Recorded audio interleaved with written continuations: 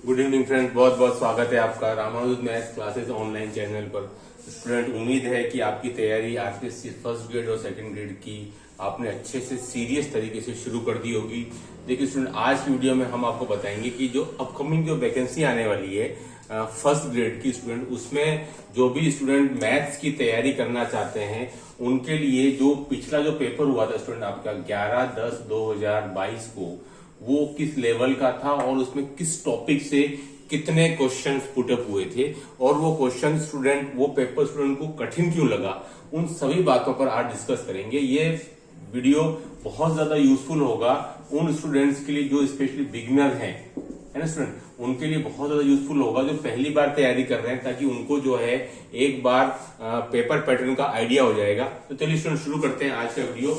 Last तक देखिएगा और जिन्होंने सब्सक्राइब नहीं किया स्टूडेंट वो सब्सक्राइब जरूर कर लें, क्योंकि ऐसी ही बहुत सारी यूजफुल इंफॉर्मेशन आपको हमारे चैनल पर मिलेगी।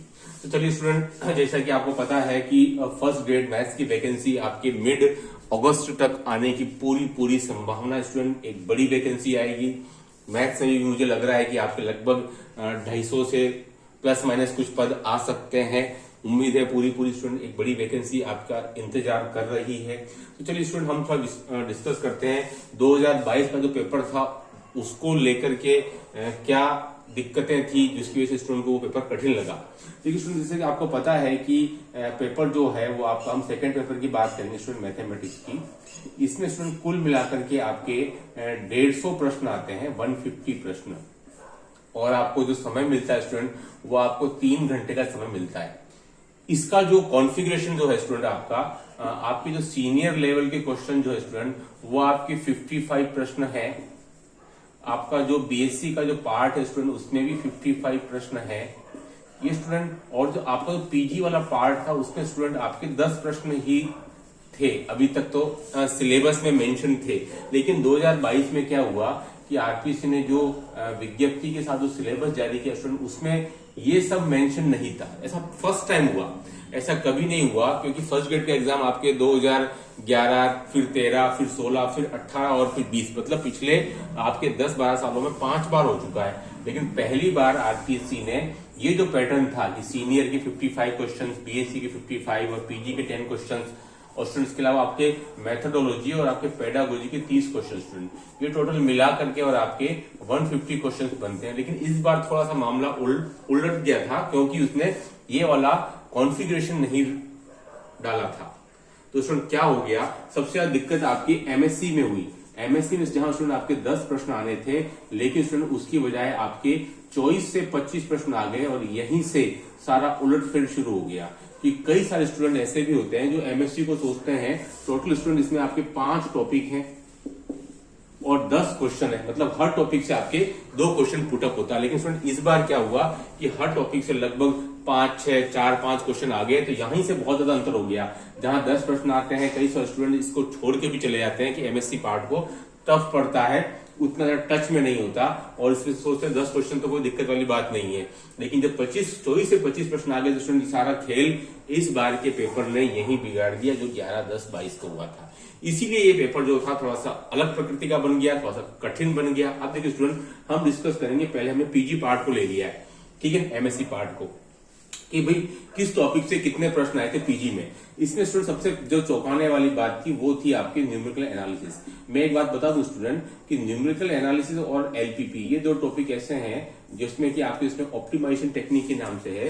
ये 2 टॉपिक आपके सेकंड ग्रेड में बीएससी पार्ट में डाले हुए हैं, लेकिन ये 2 टॉपिक स्टूडेंट आपके फर्स्ट ग्रेड में एमएससी पार्ट के अंदर हैं। तो आप इस पर ध्यान रखिएगा। तो स्टूडेंट न्यूमेरिकल एनालिसिस ने सबसे ज्यादा 7 प्रश्न एक्वायर किए थे इस बार, जो आपके आने चाहिए थे मात्र 2।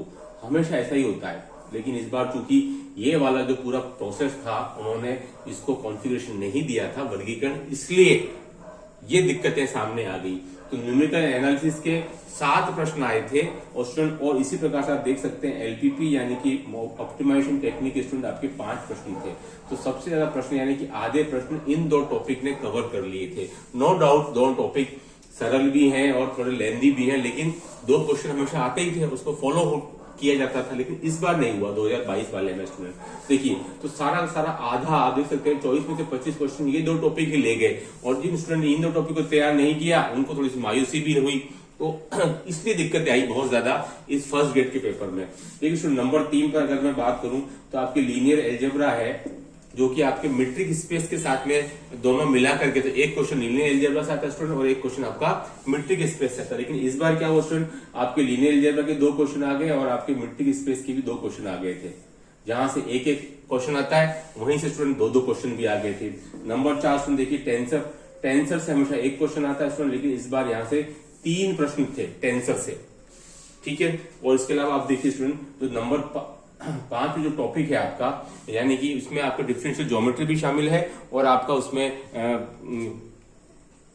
हर्मिट पॉलिनोमियल हो गया, उसमें आपके क्या कह सकते हैं उसको लेग्यूरे पॉलिनोमियल भी हो गया स्टूडेंट, उसमें आपके लाप्लास ट्रांसफॉर्मेशन भी हो गया, इनवर्स लाप्लास भी आ गया स्टूडेंट। वो सब मिलाकर के टॉपिक के क्वेश्चन जो थे वो आपके पूरे 5 थे, यानी कि बहुत ज्यादा थे। और साथ में इसमें डिफरेंशियल ज्योमेट्री के भी इसमें आपके 2 क्वेश्चन थे, उसमें टोटल मिलाकर 7 क्वेश्चन हो गए। तो आप देख सकते हैं 7 और 3 10, 2 12 और 2 14, उसमें 12 26, तो ये आंकड़ा स्टूडेंट आपके 26 तक पहुंच गया। यानी कि एमएससी पार्ट ने पूरा खेल बिगाड़ दिया था इस बार फर्स्ट ग्रेड मैथ्स का। ये मेन रीजन था जिसने की सबसे ज्यादा अंतर डाला फर्स्ट ग्रेड 2022 का।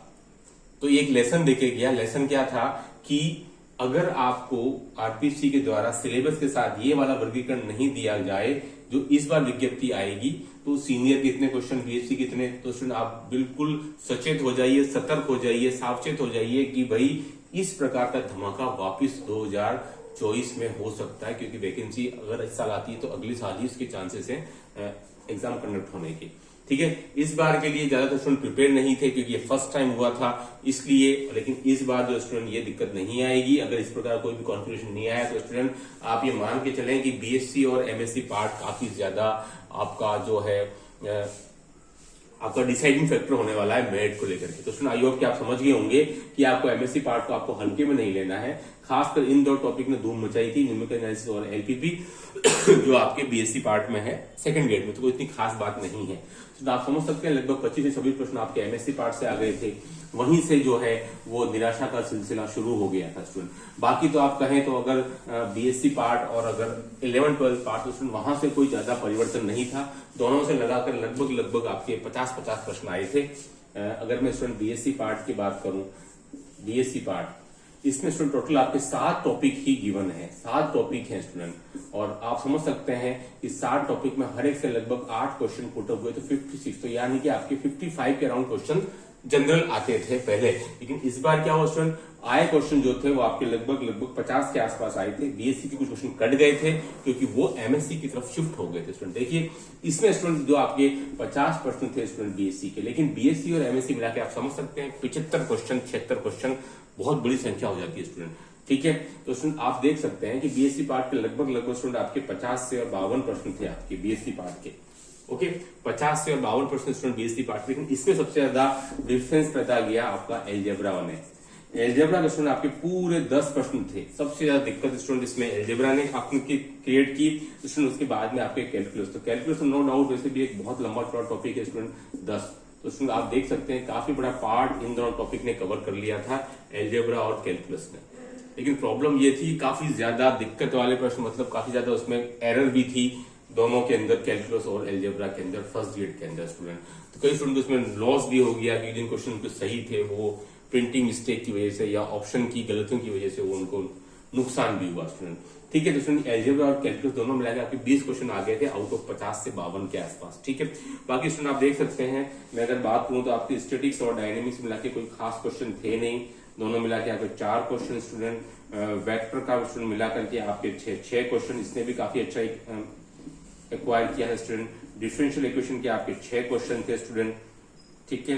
3D के स्टूडेंट जो थे वो आपके 8 क्वेश्चन थे, और स्टूडेंट आपके और अब मैं बात करूं कॉम्प्लेक्स एनालिसिस की, तो स्टूडेंट आपका सीए कॉम्प्लेक्स एनालिसिस के थे आपके 4 क्वेश्चन। इसमें आप देख सकते हैं 20, 4, 24, 36, 36, 44 और 48, यानी कि और भी कोई इधर उधर 2-4 क्वेश्चन हो सकते हैं। 50 से 52 क्वेश्चन के आसपास जीएससी पार्ट के थे, तो लगभग 50-55 आते हैं, तो 50 से 52 थे। और ऐसे ही आपके 11-12 के भी लगभग आपके 48 और 50 के आसपास थे, यानी कि 55 आते हैं, तो वहां से भी करीबन आपके 6 से 7 क्वेश्चन की कमी हुई। लेकिन जो अमेजिंग फैक्टर था स्टूडेंट, वो था आपका एमएससी का, यानी कि इसमें कि आपके 25 क्वेश्चन पूछे थे, 26 question in beside of 10 question आने चाहिए थे, तो इसमें बहुत ज्यादा अंतर पैदा किया। इसलिए से सतर्क हो जाने वाला है इस बार मामला, कि इस बार अगर ऐसा कोई वर्गीकरण नहीं आता है तो आपको अपनी तैयारी बिल्कुल फ्री करके होके करनी है, क्योंकि कई बार जो टॉपिक आप ड्रॉप करके आते हैं, छोड़ के आते हैं, कहीं उसी से क्वेश्चन ना बन जाए, इस बात का विशेष ध्यान रखना है। देखिए, तो ये पूरा था वर्गीकरण। पेपर को बहुत ज्यादा टफ नहीं था, क्योंकि सीटें आपकी 69 ही है स्टूडेंट। पेपर का लेवल अच्छा होने के बावजूद भी मेरिट जो है वो काफी अच्छी जा रही है, और लगता है मुझे कि आपका अगस्त वीक में, आई थिंक शायद आपके सेकंड वीक तक आपका रिजल्ट या फर्स्ट वीक तक आपका इसका रिजल्ट अनाउंस हो जाना चाहिए। फर्स्ट ग्रेड का फाइनल उल्टी गिनती मेरे ख्याल से शुरू हो गई है स्टूडेंट।